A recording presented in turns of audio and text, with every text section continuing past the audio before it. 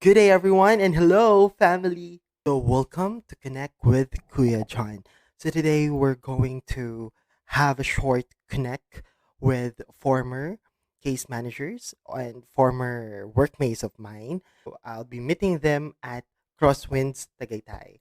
Today, we will talk about their own experiences working with people in recovery, their own experiences working in a rehab facility, working with people who went through with the recovery, not just with addiction, but with behavioral problems and mental health issues. So let's go to Tagaytay and let's have a short conversation with them.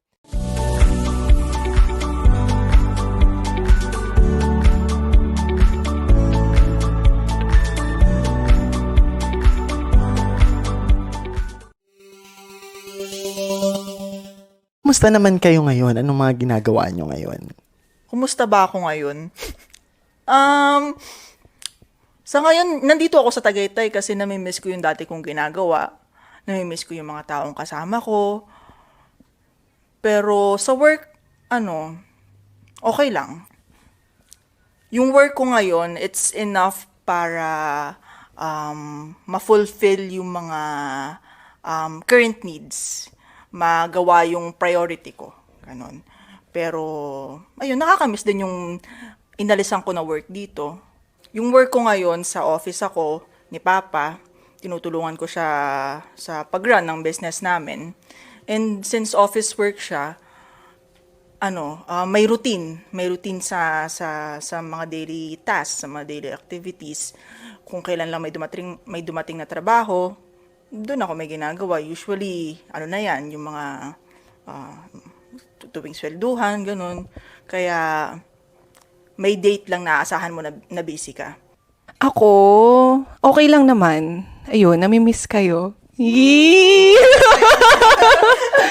Namimiss kayo. Okay lang. Parang, everyday nasa work, pero everyday hindi nawawala yung memories kasama kayo. Sa tingin ninyo, anong nagdala sa inyo sa ganitong klase ng trabaho? Bakit pinili nyo? Kahit sa clinical setting, maraming pwedeng pagtrabahuan, pero bakit pinili nyo yung rehab? Sa akin yung, nagdala sa akin sa rehab, yung passion. College ako noon, may exam kami, about substance use siya. Parang 10 items, tapos parang 1 point lang ata yung nakuha ko, or 0. So, doon ko na, kapag naging psychometrician ako, gusto ko magtrabaho sa rehab. Doon ko nakuha na kung ano yung weakness ko, ayun yung susubukan ko kapag nagkaroon na ako ng lisensya. So, parang ang baba ng scores ko about substance use nung college. So, sabi ko, dahil ito yung weakness ko, pag nagkaroon ako ng lisensya, sa rehabilitation ako magtatrabaho.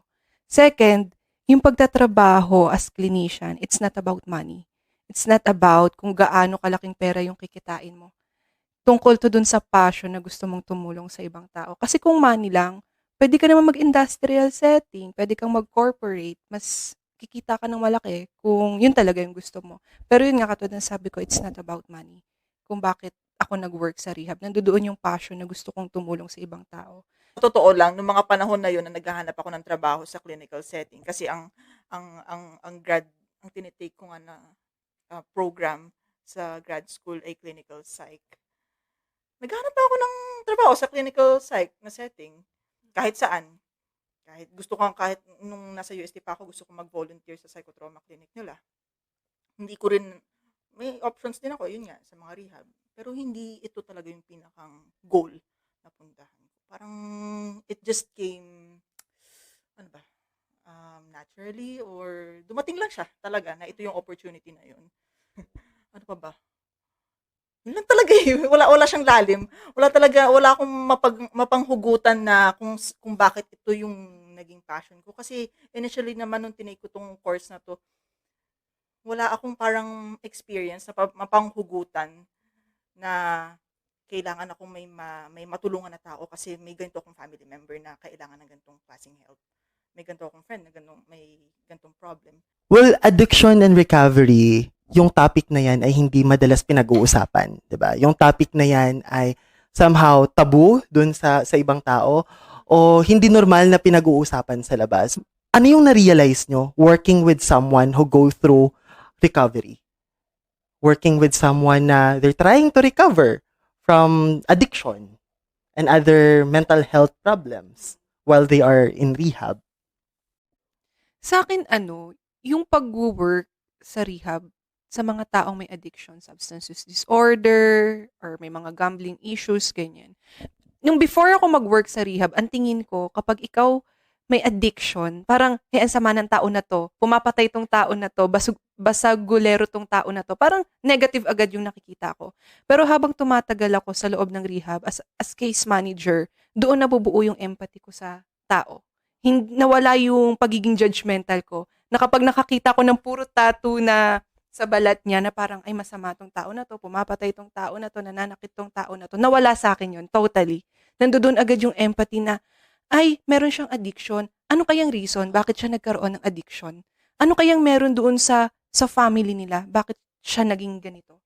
So ayun, mas hinahanap ko na ngayon yung reason bakit nagkaroon ng addiction yung tao. Hindi kung bakit ganyan yung itsura niya, bakit ganyan yung pananaw niya ngayon sa... Ngayon, doon ko din na-realize na hindi pala lahat ng taong may addiction is masama. Merong iba na, gumagamit sila ng drugs, pero it doesn't mean napapatay na sila, mananakit na sila ng ibang tao, magnanakaw na sila.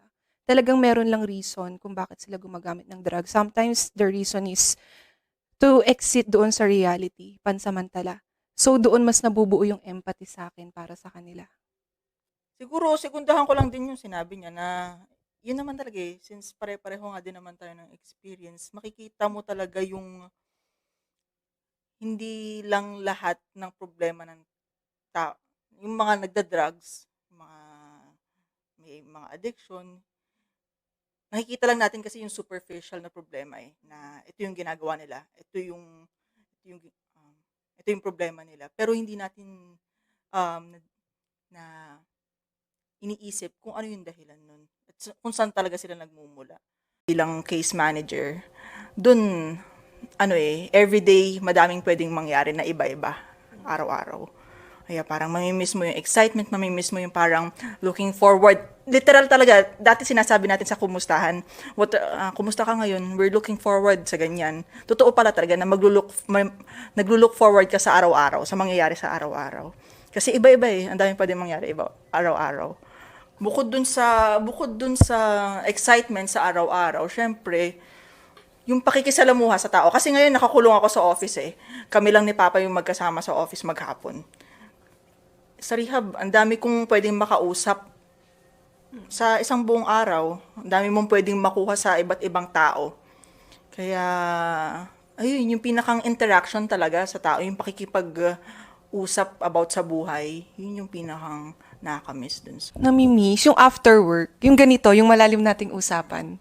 Kasi 'di ba, pag nasa loob ka ng rehab, kailangan nila ng support group para mag-unload ng mga emotional baggages nila. And then tayo as case managers, tayo yung support group ng bawat isa. Yun yung namimiss ko. Kasi hindi ka naman pwede mag-unload sa client mo. Hindi ka naman pwede mag-unload kung kani-kanino lang if hindi ka comfortable doon sa tao. So, yun yung namimiss ko, yung after work, tapos yung after session mo, hihingi ka ng advice, halimbawa, sa'yo, kay Rio, kay DJ, parang ano yung pwede kong gawin dito sa caseload ko na to?